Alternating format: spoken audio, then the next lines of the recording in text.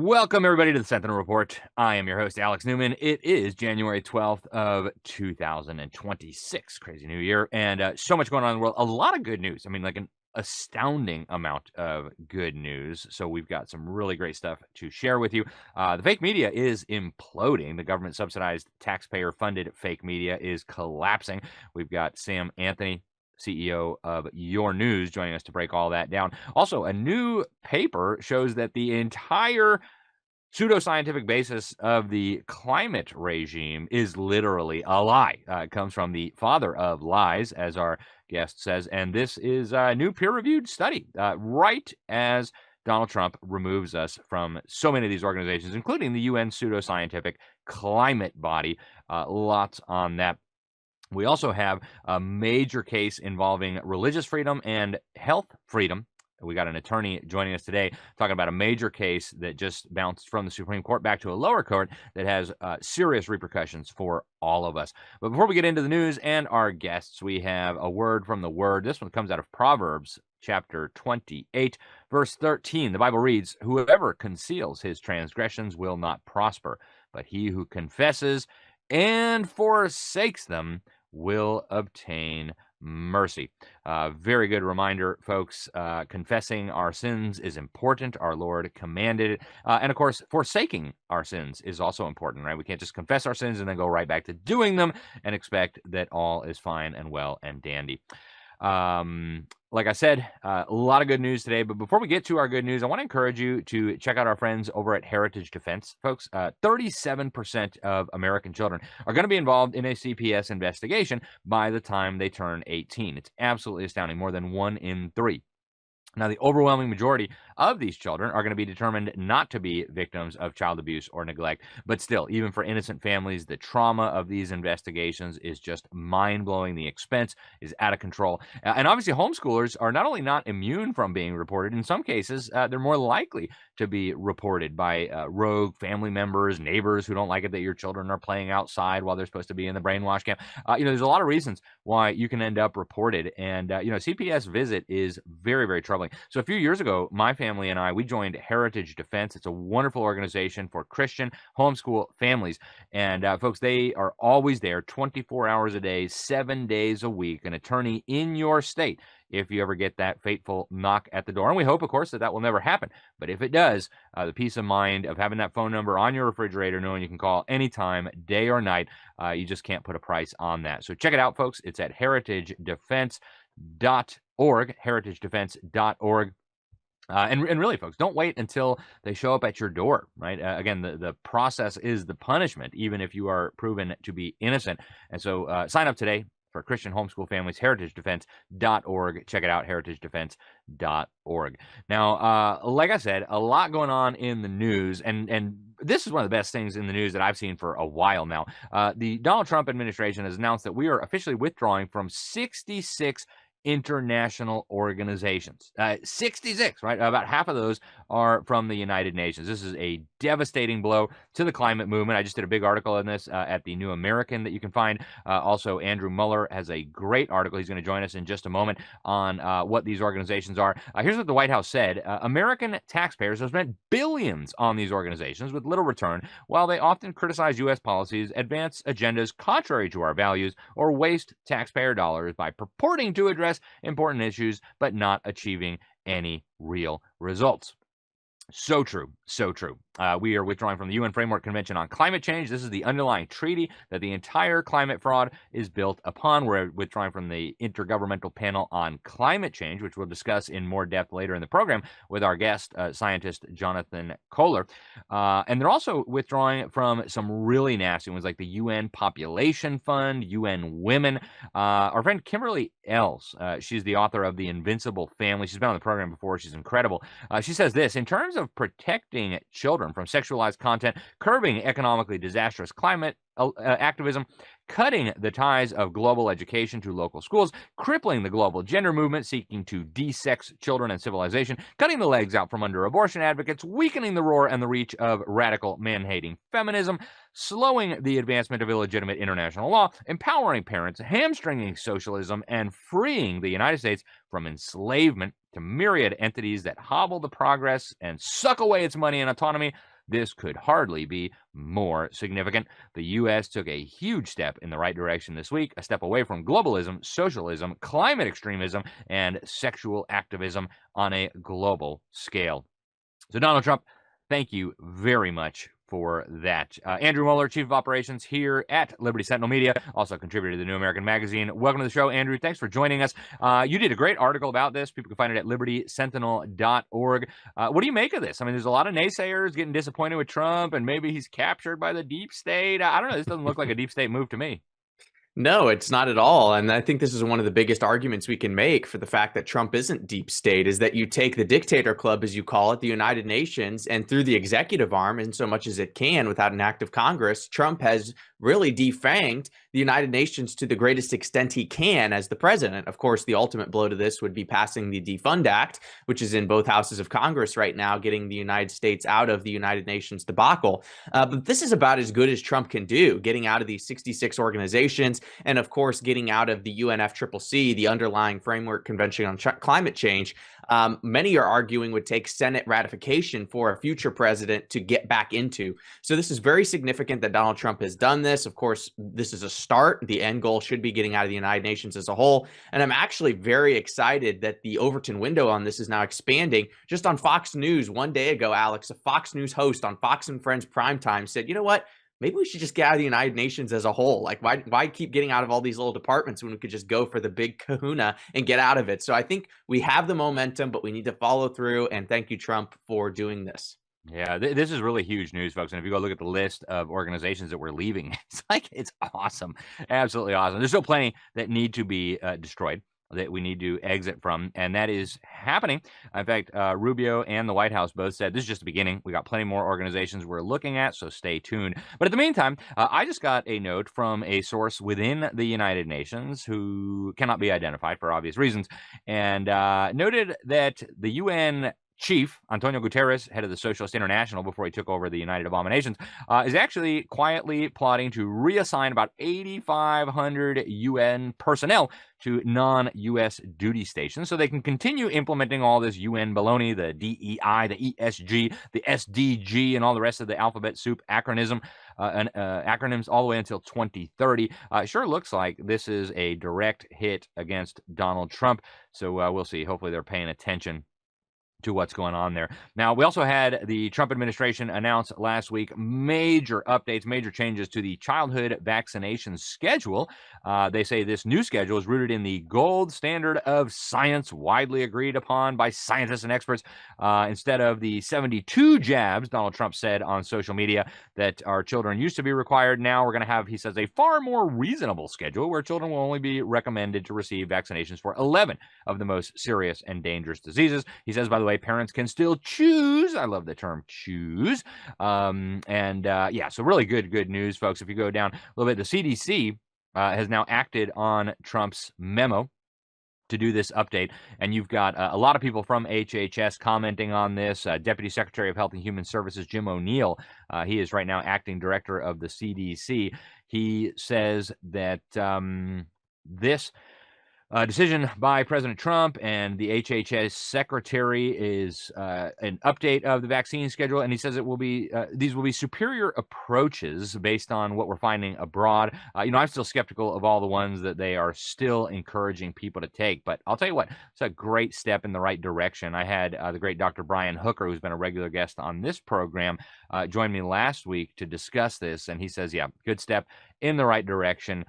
We hope we'll see more movement, but it's very, very good. I just want to remind you who was in charge of these agencies until just recently. Dr. Anthony Fauci, if you want to call him that. Turns out he was funding research that was literally taking babies murdered in abortions, taking their organs, cutting them out, and putting them into animals. It sounds too grotesque to be true. I'm sorry we even have to share this with you, but you need to know what these megalomaniacs were doing with your tax money. Check this out. Implant aborted baby parts into lab animals. Have you heard of that sort of research?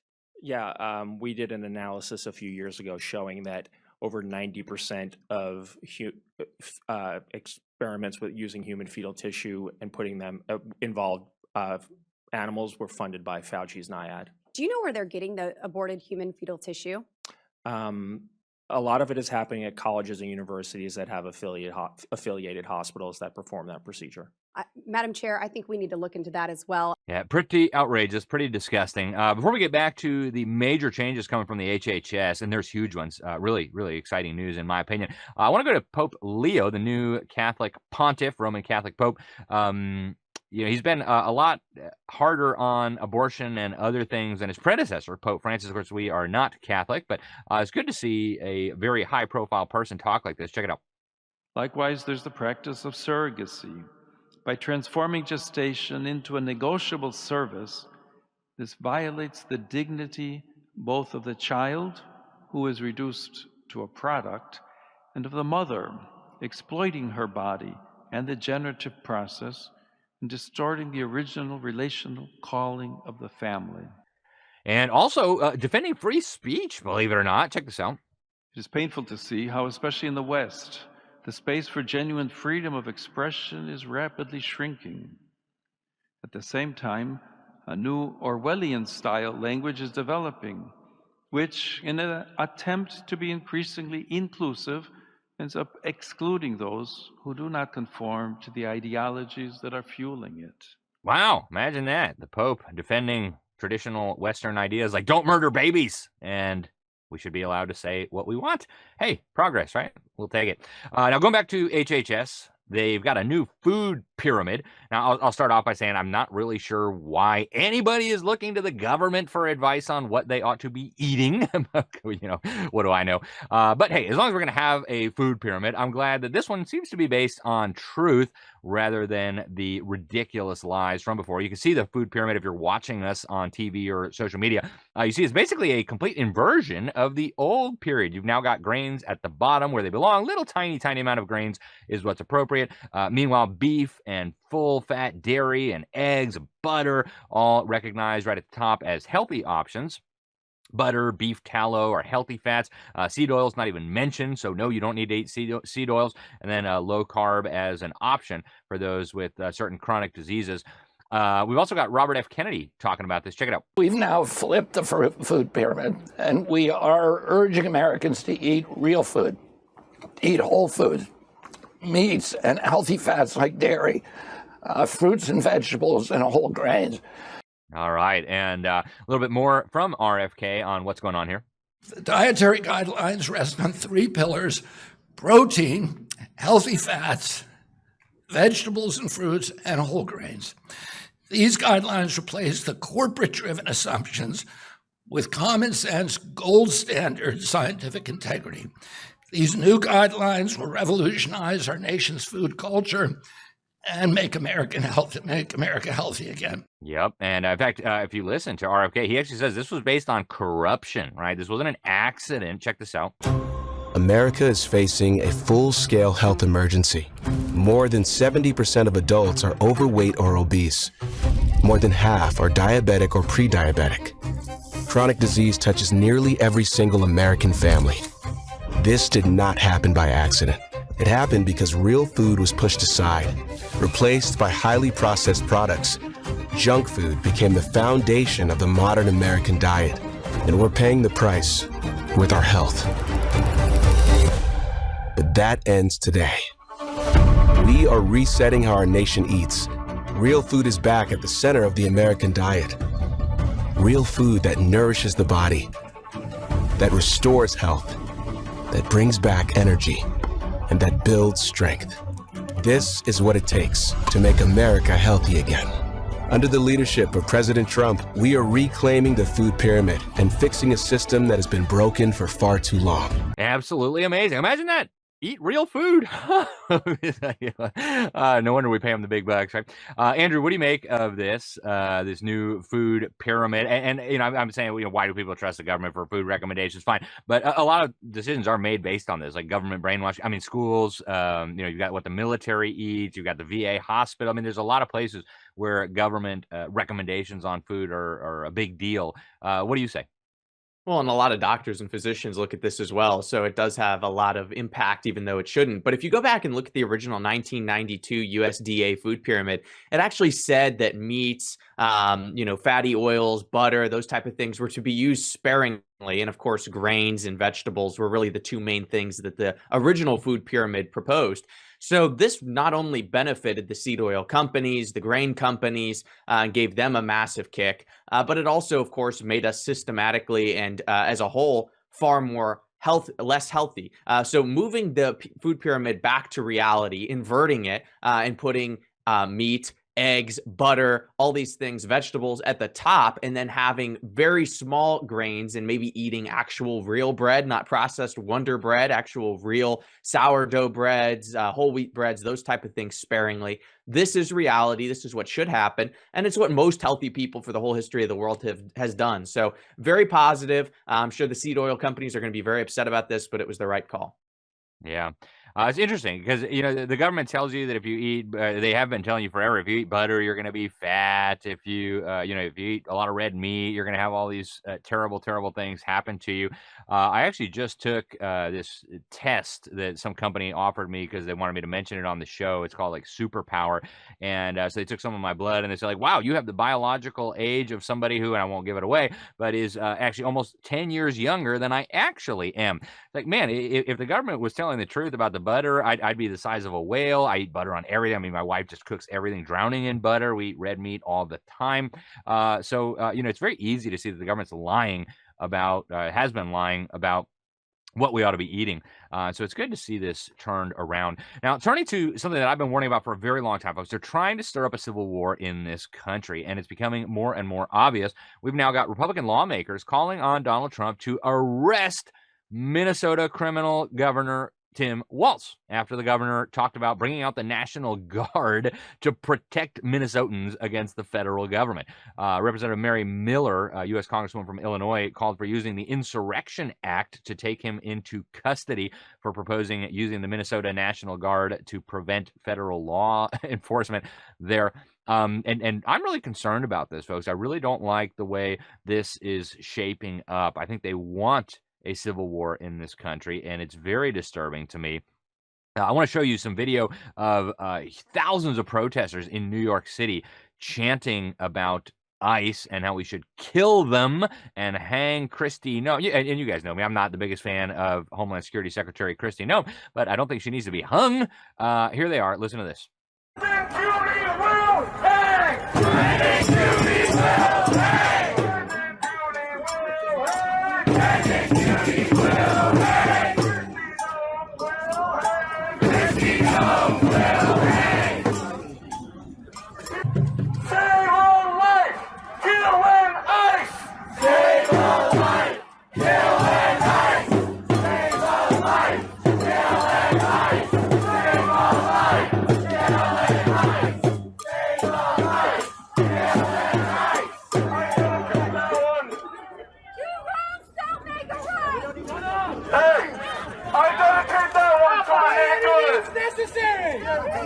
Wow, and you hear the one lady says, maybe we shouldn't do this, and it gets drowned out and attacked by all these people. Folks, this is crazy, right? And a lot of conservatives don't realize it's happening because they're kind of in their Twitter, X, social media chamber or whatever, but things are getting really, really hectic.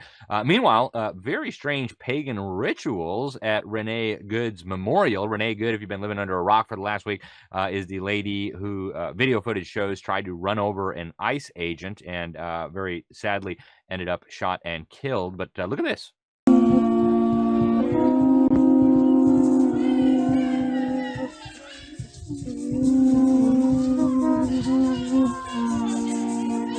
Mexican flags flying, pagan rituals, what's not to like? And Andrew, what's your take on all of this hysteria we're seeing about ICE and deportations and Trump being a fascist dictator? I mean, are you as concerned as I am about where this might go?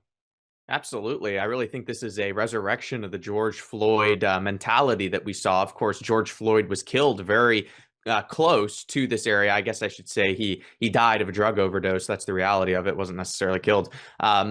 But that happened very close to where Renee Good was shot by ICE, and I would say justifiably so, for using her car as a weapon.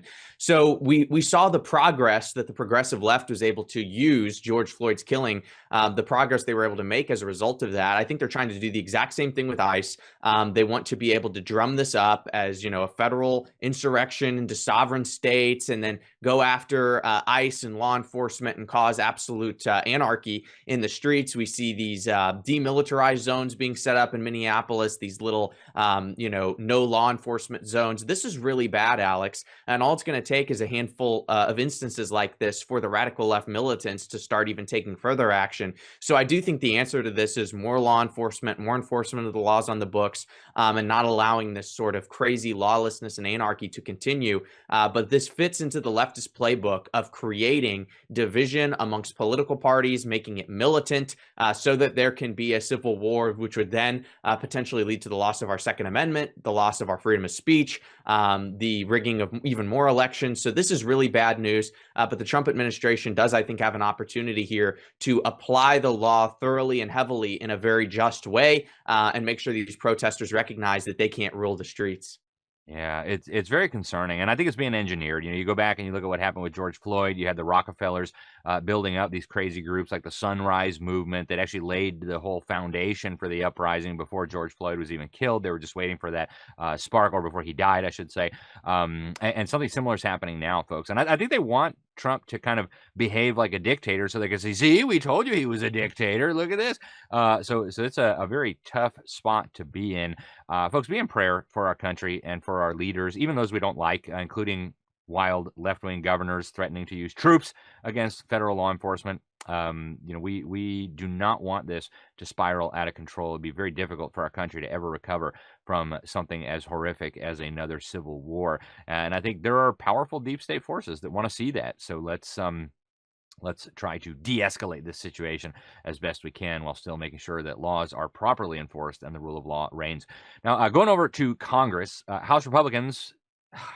I wish we had good news to report about House Republicans, but of course we don't. They just passed a minibus appropriations bill that continues to fund the lawless DOJ, the out-of-control FBI, very little in the way of reforms, nothing really on the weaponization of government, nothing on defunding sanctuary cities and states, nothing on stopping the red flag laws, really not much whatsoever. Critics are calling it a status quo bill. Representative Chip Roy, who I interviewed for about half an hour just at the end of last year, says it's rich to listen to the House GOP complain about sanctuary cities and grants abused with fraud when they vote to fund them with taxpayer money and debt. We all said no to business as usual. Just a handful, 22 Republicans voting no. All the rest, so sad, so sad. Rubber stamp of the constant abuse of taxpayers. Meanwhile, 17 House Republicans defect from the Republican bloc to vote with Democrats to resurrect the ridiculous Obamacare nonsense. Folks, we've got a 3-year extension of COVID-era Obamacare subsidies, and you can thank the Republicans for making it happen. Yes, mostly Democrats, but also lots of Republicans joining forces with them. Folks, it's an outrage, and it never seems to stop. Meanwhile, the Senate has voted to restrict Donald Trump's ability to attack Venezuela again without congressional approval. You had 5 Republicans go with this, and actually some of them are the good ones, right? We've got Senator Josh Hawley of Missouri, far more constitutionalist than most. We've got Senator Rand Paul, definitely one of the more constitutionalist votes in the U.S. Senate, as ranked by the New American Magazine's Freedom Index. So that vote passed 52 to 47. It was a procedural vote, but it tells you which way this is likely to go. The proposal came from Senator Tim Kaine, radical Democrat from Virginia, and it would force Trump to go to Congress if he wants to use military force again in Venezuela. Hawley said this: "My read of the Constitution is that if the president feels the need to put boots on the ground there in the future, Congress would need to vote on it. That's why I voted on this morning's Senate resolution." Trump was not happy for obvious reasons. But hey, it's good. I think we need to be having this discussion, right? What is the constitutional power of the president to use the military? Obviously, the war power is reserved to Congress by our Constitution, and our founders did that very deliberately. Turning over to Iran, where the next war may break out, you've got Iranian officials on January 12th saying the country is prepared, or the regime is prepared for war, but is also open to dialogue. The mullahs want a dialogue with Donald Trump as Donald Trump continues his threats, you might say, to intervene on behalf of the protesters who are being slaughtered, massacred, brutalized by the horrific dictatorship there in Tehran. Iranian Foreign Minister Abbas Araghchi, not sure how you pronounce that, says Iran, the regime, is not looking for war, but is prepared for it. Iran has also apparently called Donald Trump. Meeting is supposedly still being set up, but they do say they could still launch strikes if appropriate. Check it out. They do. They called yesterday. Iran called to negotiate. Yesterday. The leaders of Iran called. They want to negotiate. I think they're tired of being beat up by the United States. Now, Marco Rubio, Secretary of State, also National Security Advisor, says the United States supports the brave people of Iran. Check it out. There you go. So he is commenting on social media. Now, Democrats have suddenly changed their tune after many years of supporting jihad and Islamism and mass Islamic immigration and Hamas and you name it. Now they're all suddenly in unison, very coordinated fashion. If you're watching, as you can see some of the samples there, condemning Hamas, condemning anti-Semitism. Very, very weird. This is after cheering on the Free Palestine stuff all day, every day for many years. I wonder, and other people are wondering whether they're trying to get ahead of something. Do they know something that we don't? I don't know. Now, Congressman Randy Fine here in the great state of Florida, somewhat controversial congressman. We had him on the show just a few weeks ago. Got a lot of interesting messages from our dear viewers. Thank you, guys. We love hearing from you. But he's got a new resolution, a new legislation that would authorize the annexation of Greenland into the United States. Also, the possibility of turning them into a state, which, very small population. My guess is very left-leaning. I'm not sure that's the best idea.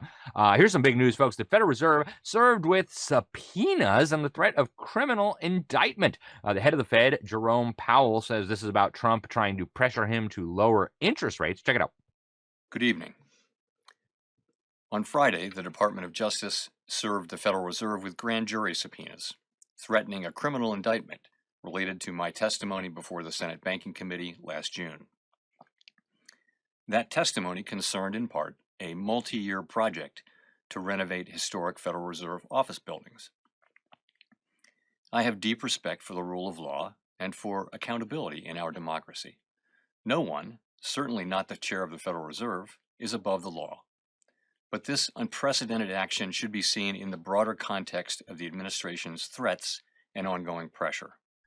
Folks, as far as I'm concerned, the Federal Reserve is a criminal operation. It ought to be audited and shut down, but we'll see what's happening. We'll keep you posted on all of that and so much more, folks. We're plumb out of time for more news, even though we have so much more to share with you. Before we go to our first guest, folks, the wheels on the bandwagon of the UN climate machine are falling off. I do want to encourage you to check out our new book, Woke and Weaponized, How Karl Marx Won the Battle for American Education and How We Can Win It Back. I wrote it with the great Robert Borton, CEO of our friends at Classical Conversations, the world's largest homeschooling organization network. They've got chapters all over the world. My own children are enrolled in it. So you can get a copy right now. It's not available on Amazon yet, but you can get it right now, signed by yours truly at libertysentinel.org. We have sold hundreds in the last few days, and we anticipate that these will continue flying off the shelf.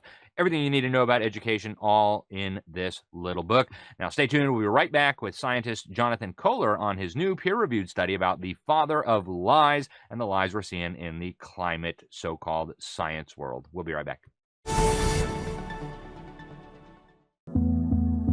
Life's just better with VNI. There's purpose, there's passion, and there's a renewed sense of inspiration and optimism with every day. After all, we were founded on the power of possibility.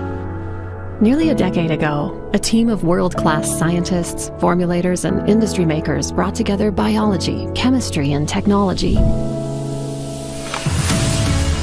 and created something unique and life-changing, while infusing a new sense of health and hope into the world.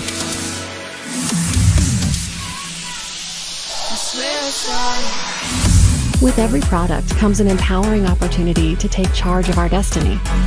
One where we feel rejuvenated and energized, and everything else around us feels lighter, brighter, and full of promise.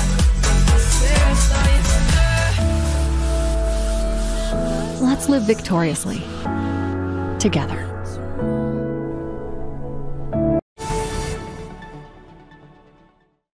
Welcome back to the Sentinel Report. Thanks for staying with us, folks. Absolutely earth-shattering news. We mentioned it briefly in our news segment, but the Trump administration is officially getting us out of the UN Framework Convention on Climate Change and also the UN's climate, quote-unquote, science body, the Intergovernmental Panel on Climate Change. I've been following these people around the world for many years. Every year at their annual Climate Science Summit, I ask them if they would be willing to comment, if they would be willing to come on camera to discuss. I mean, it's science. We should have a discussion. Never, right? They will never, ever talk to me. Occasionally, they send me back little comments for my news articles, but they are very hard to get in touch with.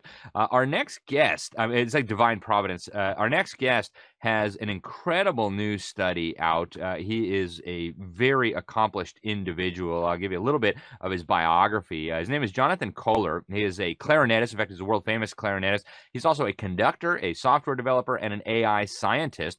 He's a scientist specializing in AI and also climate science and software development. He's got a degree in physics from Harvard, although we won't hold that against him. And he is a world-renowned clarinetist. Like I said, Fanfare Magazine called him the preeminent, most recorded clarinet soloist of our time. He is a major force within the climate science world. He's going to be a featured speaker at the upcoming Heartland Institute International Climate Conference. That'll be in D.C. coming up in April. And his new paper, he's done several papers on this, but his new paper is absolutely astounding. It's called The Father of Lies, Hijacking Climate Science. Global mean surface temperature does not exist. And of course, global mean surface temperature is one of the key things that the IPCC, the UN climate science body, hangs its hat on. Jonathan, welcome to the program. Thank you very much for joining us today. Oh, so glad to be here. Thanks for having me. It's great to see you. And Jonathan, I've heard you play clarinet. You're really incredible, but you're like a Renaissance man, a man of many talents. And I love your new paper, right? I've been saying for years, like, folks, this whole climate science agenda, so-called, is based on lies. And we know who the father of lies is. And here you have a peer-reviewed scientific study making the point that we are being deceived. For the lay people out there, Jonathan, the vast majority of our viewers are not climate scientists. How are we being deceived? In what way? And why is it so important? Well, it's like the most fundamental thing. Everything that you've ever heard on the news or anywhere about climate science relies at its root on one thing, a fake, non-existent thing called global temperature. There is no global temperature of the Earth. There is no average global temperature of the Earth. And I didn't prove this. This was proven about 20 years ago by a very famous mathematician named Christopher Essex. But the IPCC was formed around this lie in 1988, and everything they built is on it. So if you go into their reports and look at the definition of global warming, it is an increase in this mean surface temperature, a mathematical and physical fiction. Okay, and people find it hard to wrap their head around it. But the simple way to think about it is, if you say, even in a room, forget the globe, which is wildly crazy, just in your room, what does it mean, the average temperature? Like the temperature at the window, which is ice cold, is quite low. The temperature in the coffee cup on your desk is quite high. The temperature, so what is there is no such thing. It's physically meaningless. And this is not my opinion. This is not like all the arguments you hear on the news about, energy and yada yadas, which are debatable subjects and involve politics and treaties and agreements. I'm talking it's pure, absolute falsehood, mathematically and physically. Yeah. And folks, I just want to emphasize the importance of this, okay? I was in Paris when they negotiated the Paris Agreement. The entire premise of the Paris Agreement is that governments must restrict CO2, must restrict human activities that produce CO2 with a goal of keeping the global temperature below 1.5 degrees of increase above pre-industrial levels. And what you're saying here, Jonathan, if I'm understanding you correctly, correct me if I'm wrong, is that the whole premise is a fraud. I mean, we can't even talk about a global average temperature. It's something that doesn't exist and is utterly and completely meaningless. Correct. It's a total fraud. And unfortunately, people inside the business have been afraid to say it so blatantly. I'm come from sort of outside the business, so I don't care. I'm telling the truth. And I'm happy to debate anyone, including the head of NASA, the head of the IPCC. They won't debate me, of course, because I'm right. And which is why our papers and things about this have not even been challenged, because there is no challenge. You can't challenge 1 + 1 = 2, okay? Except if you're Orwell, you know, if you're living with Big Brother, who brainwashed everyone to believe that 2 + 2 = 5, right? You can't challenge it. It's not challengeable. It's absolute. If you think about it for a minute, if you take the average of the number 10 and the number 20, you get 15, right? That's called the arithmetic average. Add them together, divide by 2. But if you do the geometric average, you get a totally different number. You multiply them together, take the square root, etc. So there's no unique way to average these things that corresponds to anything in the world. It's complete fiction. It's total fiction. And I'm not, there's no couching it. And I challenge anyone to disprove that, because it can't be disproved. You can't disprove 1 + 1 = 2. That's the unique thing. You know, there's only 2 kinds of absolute truths in the world. One, if you're religious, is God, right? Okay, and most people are religious. Most people believe in God, and that's an absolute, but that's a religious thing. It's not a scientific thing, right? But the only other kind of absolute truth is mathematical proofs. Once a math proof is proven, it's discovered. We didn't invent it. We didn't invent the math. We discovered the truth. The truth existed before we found it and will always exist. 1 + 1 will always equal 2, independent of the human race. Okay, so those are absolute truths, and it's absolutely true that there is no such thing as a global temperature on Earth, and all the global averages that they construct mathematically are completely physically meaningless. Wow. It's just amazing. Absolutely amazing, Jonathan. And I'm grateful for your paper. People, you can find it in the Journal of American Physicians and Surgeons. It's in the winter 2025 issue. It's a fascinating piece. The father of lies, hijacking climate science. Global mean surface temperature does not exist. Jonathan, there's so many different things. We're almost running out of time here. But one thing I do want to point out, I had the opportunity to interview Dr. Niels Axel Morner before he passed away. He was actually on the UN IPCC's sea level committee. He was one of their expert reviewers. And he said something very similar. This whole talk of like a global average sea level is nonsense. Sometimes in some places of the world, the level's a little higher, a little lower. And by the way, it's not rising. They're lying to you. I told them they were lying, and they published it anyway. So he resigned his post from the IPCC. I encourage people to go watch that interview, half an hour right on the shores of the Baltic. But folks, we're being lied to on so many levels. But Jonathan, Trump announced just last week that we are going to be leaving 66 international organizations, including the IPCC, including the UN Framework Convention on Climate Change. What do you think? Good idea? I think it's a fabulous idea, because all they're doing is promulgating lies, all based on these things. And let me just correct one thing you said. Sea level is rising, but it's not accelerating. The rate of rise is not changing in any way that we can measure with tide gauge. The tide gauges show that it's constant, but it's been rising for 20,000 years, roughly speaking, since the last glaciation. And over the last 6,000, it's been rising very slowly at about 1.5 to 2 millimeters per year. But there is no such thing as a satellite measured sea level, like as you said. That is another fiction. It's complete fiction. Yeah, well, and Niels Axel Morner told me clearly that based on his calculations, he studied it for 70 years. He said he was about 90 when he died. He said, I can prove that it is not rising. And he was actually showing me like pictures of islands where he had been measuring the distance from the high water mark to the trees and things like that. So very interesting individual. And, he had his findings. The IPCC obviously has theirs. But Jonathan, this is fascinating. Really grateful for the opportunity to discuss with you. Perfect timing, considering that we are now leaving the IPCC. Where do people find this study? Where do people learn more? This is on the Journal of American Physicians and Surgeons. I think the website is jpnds.org. jpands.org. So jpands.org. You can also just Google it. If you Google Cohler, Journal of American Physicians and Surgeons, you'll find that immediately. And you'll find a paper I wrote a couple of years ago about AI on that same site. It's an excellent paper, folks. It actually starts off with a quote from George Orwell. It says, "The very concept of objective truth is fading out of the world. Lies will pass into history."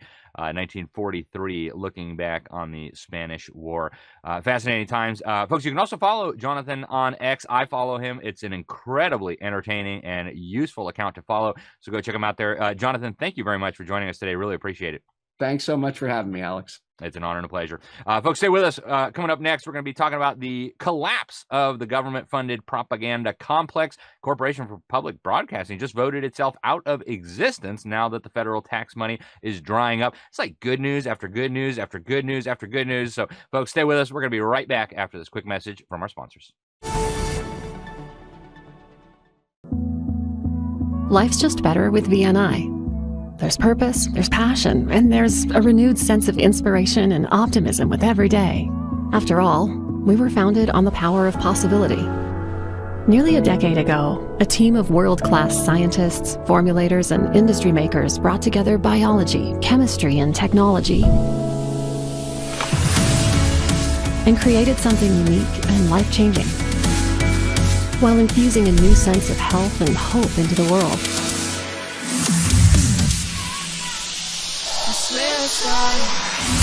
With every product comes an empowering opportunity to take charge of our destiny. One where we feel rejuvenated and energized, and everything else around us feels lighter, brighter, and full of promise.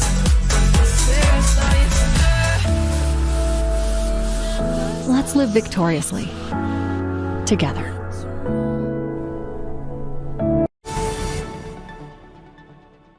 Welcome back to the Sentinel Report. Folks, it has been a glorious last few months. If you are in the media and you're watching the self-destruction of what used to be called the news media, what Trump calls the enemy of the people, it turns out most Americans in polls agree with him. The fake media has become enemies of the people. It's a term I don't like too much just because it reminds me of like something Castro might say. But boy, the news is just out of control. The Corporation for Public Broadcasting has just voted to dissolve itself.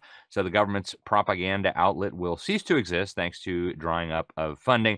All of these government-funded propaganda outlets are in major, major trouble. Meanwhile, Nick Shirley, a kid with a camera on his phone, has just scooped the entire national fake media. I mean, with literally a smartphone, the guy did the reporting that the mainstream media with billions of dollars in budgets refused to do, exposing the out-of-control fraud in Minnesota. Meanwhile, the media is busy spinning fake narratives about Minneapolis, about this lady who was just shot after trying to run over an ICE agent, about the Somali fraud, about anything and everything you can think of, Maduro, the United Nations, Trump, and on and on.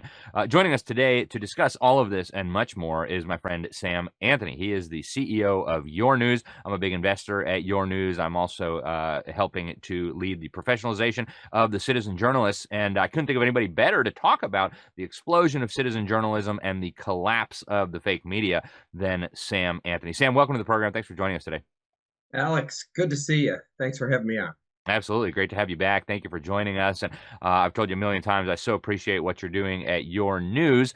Folks, a lot of our content goes up there as well, so go check it out. You can find it at yournews.com. You'll get local news, like literally down to your zip code or your city. There's nothing else like it. It's like the YouTube or the Facebook of local news. It's an extraordinary program.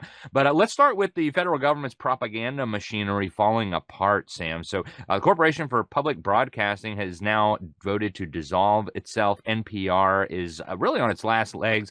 Is this good news for America? I think it's unbelievable news. It's kind of comical that Trump cut them off from taxpayer funds. They decided to go the route of trying to fund themselves, and nobody really cares. That goes to show you, were they really needed?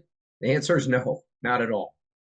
Amen. And what about Nick Shirley? I mean, this is an interesting kid. I mean, you watch his content. He's obviously not a seasoned professional, and yet with his smartphone, the guy just did the investigative reporting that the multi-billion-dollar fake media machinery could have easily done, but did not do. What does this say about the times that we live in as far as media is concerned? Alex, so you understand our model. You know where everything's going.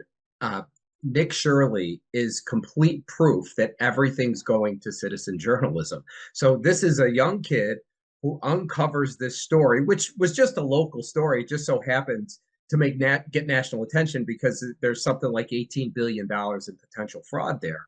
And he did something that the mainstream media basically refused to do. They could have easily uncovered this stuff. They never did. And so this is where media is heading. It'll all be independent news reporters without the control of the narrative from corporations or institutions.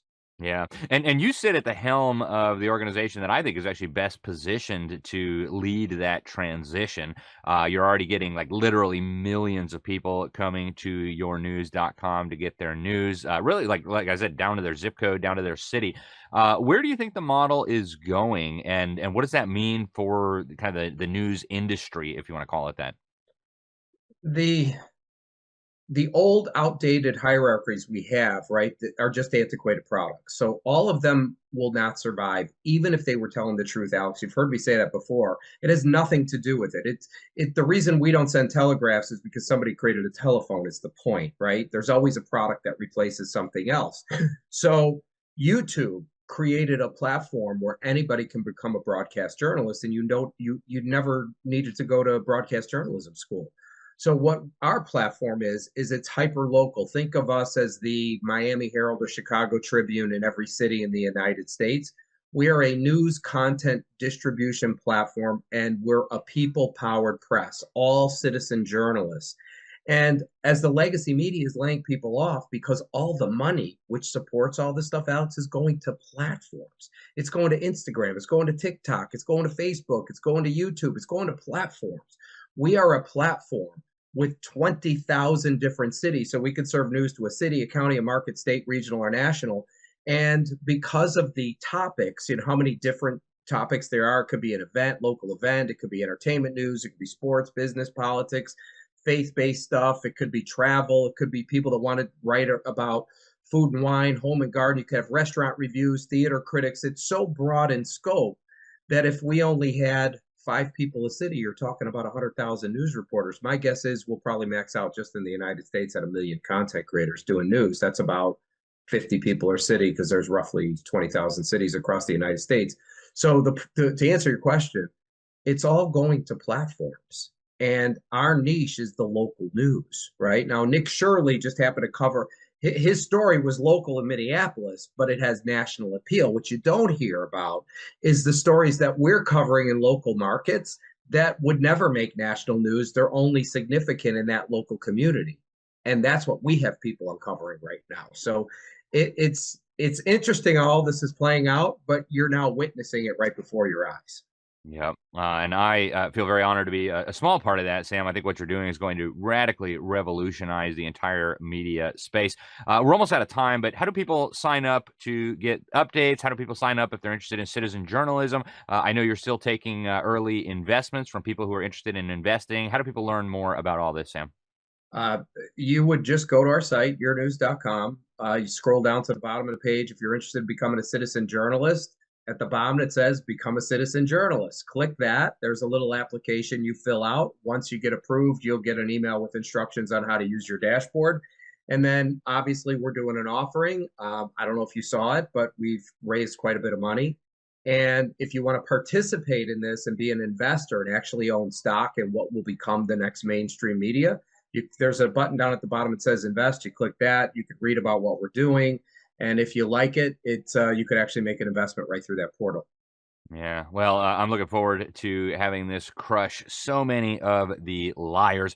So much more we could have talked about. I mean, the White House just announced this new media tracker. They're tracking the bias in the fake media. There's just so much going on in this space, but I think it is on the verge of major transformation, and you are leading that. Sam Anthony, CEO of Your News, yournews.com. Thank you very much for joining us. We will get you back soon. Thank you, Alex. Appreciate it. Absolutely. All right, folks. It's a glorious day to be an American as the liars and propagandists finally get what's coming to them, which is bankruptcy. Stay with us. We're going to be right back after this, right here on the Sentinel Report, with much more. In 1776, a nation was born. Forged in the crucible of revolution, brave men and women stood together fighting for freedom, liberty, and the pursuit of happiness. Throughout history, the spirit of patriotism has prevailed. The battles may have changed, but the values remain the same. Today, in 2024, we find ourselves at a pivotal moment where the call for unity, freedom, and a better future echoes louder than ever. Introducing Patriot Mobile, the wireless carrier that stands with you. We are committed to supporting the values that make our nation great. With affordable plans and reliable nationwide coverage, Patriot Mobile is not just a wireless service. It's a call to action for those who believe in the American dream. Because this year is not just any year, it's the most important year since our nation's founding. Choose a wireless carrier that shares your values. Choose Patriot Mobile. For free activation, use promo code Newman. Welcome back to the Sentinel Report for our last, but certainly not least, segment. Folks, the mandates from the vaccine pushers, many of them literally funded by Big Pharma. I mean, if you go in and look at the campaign receipts from a lot of these politicians, like in some legislatures, like 90% of them are on Big Pharma's payroll. They're eliminating our exemptions from their mandates. And now this is coming to a head. Major cases in New York and Connecticut where state governments are demanding that everybody take the injections, whether their families, whether the parents want them or not. And now it's all coming to a head. There's a major case up at the Supreme Court. They just ordered it back to the lower court to reconsider. And there's another case in Connecticut as well involving a Christian school that doesn't feel the need to force parents to inject their children with injections that they may not want. And one of the key attorneys working on this joins us today. His name is Brian Festa. He's a civil rights attorney. He is a co-founder of We the Patriots USA. It's a public interest law firm working to preserve and reclaim our God-given unalienable rights. A lot of experience in this space. Brian, welcome to the program. Thanks for joining us. Thanks, Alex. Happy to be here. So tell us what's going on. There's two cases, very similar. There's the one in New York involving the Amish. There's the one in Connecticut involving the Christian school. You are working on that one. And the Supreme Court has not formally weighed in, but they did send the case back to the lower court. Tell us what's at stake here. Lots at stake here. Religious liberty for millions of families. 20% of the country's population, in fact, is at stake here because California, New York, Connecticut, and Maine, and even actually West Virginia, do not have or have not had for years a religious exemption to mandatory school vaccinations. That's a huge problem because the First Amendment says that the government shall not infringe on our right to the free exercise of religion, as you know. And so we've been fighting this for years. We actually have a case in California that's before the Ninth Circuit right now. We have a case in Connecticut as well, but something really interesting just happened, as you alluded to in your open to the segment, in that the United States Supreme Court just last month sent this Amish schools case back down to the Second Circuit to issue a new decision in light of its precedent in the Mahmoud v. Taylor case. That was a case last June that was decided by the U.S. Supreme Court, which gave parents the right to opt their children out of LGBTQ curriculum in schools on the basis of their religious beliefs. Well, we have argued And of course, I don't want to speak for the attorneys in the Amish schools case, but I'm assuming they are arguing as well that Mahmoud v. Taylor should apply also in the vaccination context, the school vaccination context. Because if you can opt your children out of curriculum, certainly you should be able to opt your children out of a mandatory injection into their bodies on the basis of your religious belief. In fact, I would argue that although indoctrination is horrible, and we are very much against it here at We the Patriots USA, and we've spoken out against it, forcibly injecting or making your child's education conditional on an injection, a toxic injection into their bodies that violates your faith, is a much more egregious violation even than having the LGBTQ curriculum taught in the schools. Because guess what? I'm the primary educator of my children. I can teach my children whatever there. I can teach them better as a parent. It's my primary responsibility. But I can't take an injection out of their bodies. Once they've been injected with this, and many of these contain or are tested on aborted fetal cells, which violates these parents' faith, obviously. They contain animal DNA. I mean, there's a lot of formaldehyde, a lot of dangerous ingredients in these shots, as you know, and you can't take that out of your child's body once they've been injected with it. Yeah. And actually, during the COVID craziness, I was serving as an elder in our little house church network, and I wrote a bunch of religious exemption things for these mRNA shots. You know, these things literally have the ability to alter somebody's genetic code, to put in new genetic instructions, to have the cells do things that they were not originally programmed to do by our creator. And now a lot of these mRNA injections are also becoming mandatory. I mean, for me, that is a flat out violation of my religious liberties, and I would never accept something like that. And I think a lot of parents thought, well, we'll just put the children in Christian school. We'll just, homeschool and everything's going to be fine. But in the case where you are working on right now, Brian, we're talking here about a Christian school that's being required by the state of Connecticut, if I understand correctly, to force these families to inject their children. What do you think the odds are of success here? I mean, I know it's hard to predict what the courts will do, but if the district court or the appeals court doesn't do what they should be doing for religious liberty, for the protection of these fundamental rights, what do you think the Supreme Court will do if and when it makes it back up there? Well, I think, again, I don't want to make predictions either. I don't want to speak for the justices, but I think this has a better than average chance of being taken up by the Supreme Court, considering that they did send it back down to the Second Circuit for a new decision. So if the Second Circuit issues the exact same decision, even in light of Mahmoud, I think there's a pretty decent chance that you'll get at least 4 justices to take it up, which is all you need. You don't need a majority. You just need 4 to take it up to grant cert review.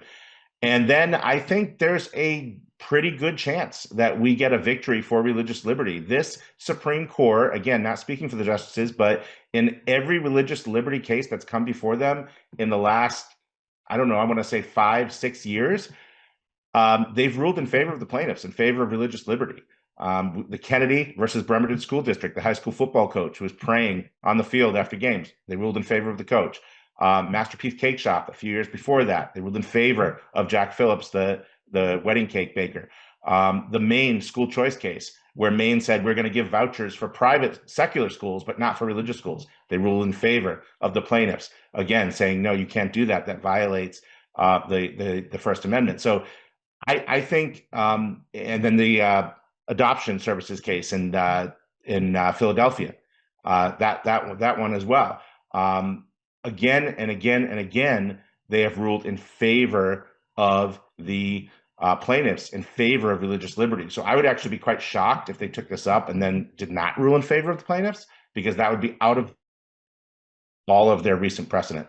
Yeah. And religious liberty is such a core value. I mean, it's like who we are as Americans. It's one of the fundamental principles that our country is based on, and always has been. In fact, a lot of the people who came here to settle were looking for religious liberty. They were tired of the religious oppression they were facing in Europe and other places, and so they came here to start anew. Brian, this is fascinating. I look forward to having you back as this case evolves. Thank you very much. We, the Patriots USA, where do people find you guys online? WeThePatriotsUSA.org, and we are fighting very hard to get our Connecticut schools Christian school case back to the Supreme Court. So we appreciate anybody's support they can give there. WeThePatriotsUSA.org. Brian Festa, thank you very much for joining us. Thank you. All right, folks, that is about all we have time for today here on the Sentinel Report. But I do want to thank you for joining us. It's a great honor and a privilege to have you with us for this 1 hour a week. If you enjoy what we're doing, if you want to support our work, get over to libertysentinel.org, libertysentinel.org. You can sign up for our newsletter absolutely free. If you choose to support us financially, you can do that as well. $5 a month, $50 a year. It really, really helps with doing what we do. So we are so grateful for our paid subscribers. We're so grateful for our free subscribers, and we ask that you just get involved somehow, even if it's as simple as just sending this on to somebody else, sharing the information with your legislators, with your neighbors, with your pastor, whatever the case may be. But be involved, be in prayer. We've got a lot of work to do. Thank you for tuning in. I'm Alex Newman. This is the Sentinel Report. Until next time, we appreciate you, and God bless you all.